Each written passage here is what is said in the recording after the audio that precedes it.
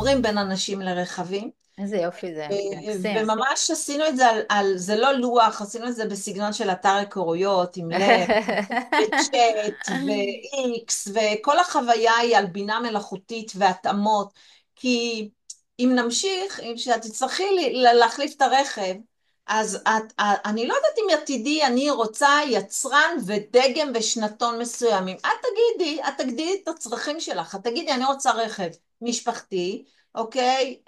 אני צריכה שהתא מטען יהיה גדול, כי אולי אני צריכה להכניס עגלת ילד או משהו מהמם, אחר. מהמם. אני לנסיעות בין עירוניות, זה התקציב שלי. עכשיו תעזרו לי למצוא. וזה הרעיון מאחורי קארדייט, זה שוב ההבנה והתפיסה שלא כולנו יודעים. אנחנו לא יודעים בהכרח מה אנחנו רוצים.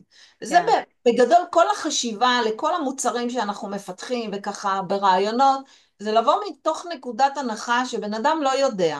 אז במקום להגיד לו אוי אוי אוי אתה לא יודע, אתה לא מבין, לא, להבין את זה וליצור עבורו כלים. היום העולם הדיגיטלי הוא מדהים, נכון. נגישים וכיפים וידידותיים, ולראות איך לחבר, ואז בעצם את תוכלי לקנות רכב, לטפל ברכב, לעשות הכל.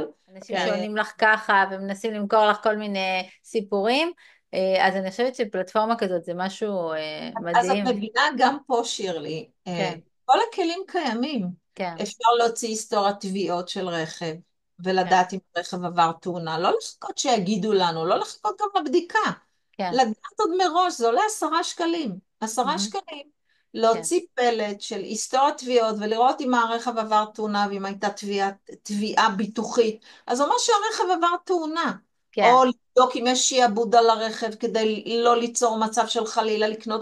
זאת אומרת, יש את הכלים, זה העניין. שזה באמת היום לחפש, מהר מאוד ניתן למצוא הכל ולקחת את השליטה אלינו. לא לחכות שיראו לנו טופס בדיקה. כן, לקחת את הרכב לבדיקה, למכון או מוסך שמכירים, לעשות בדיקה מהימנה, לא להישען על מה שאומרים, לעשות את הבדיקות, זה בסדר. כן. ולזכור יש גם מוכרים אמינים, שוב, זה שוב גם פה המקום הזה. האחוזים כנראה הם נמוכים, אבל הם נכון, משחירים לנו היום את כל ה... לצערי, אבל יש לנו היום את הכלים, אנחנו יכולים לבדוק את הדברים. ו, כן, וזה מה שאני באה לומר, זה שאנחנו צריכות רק להעז ו, ו, ולבדוק ולברר וללמוד ולעשות ולשמוח למלא אוויר בצמיג בפעם הראשונה, ובפעם הבאה זה כבר piece כן, of cake. לגמרי.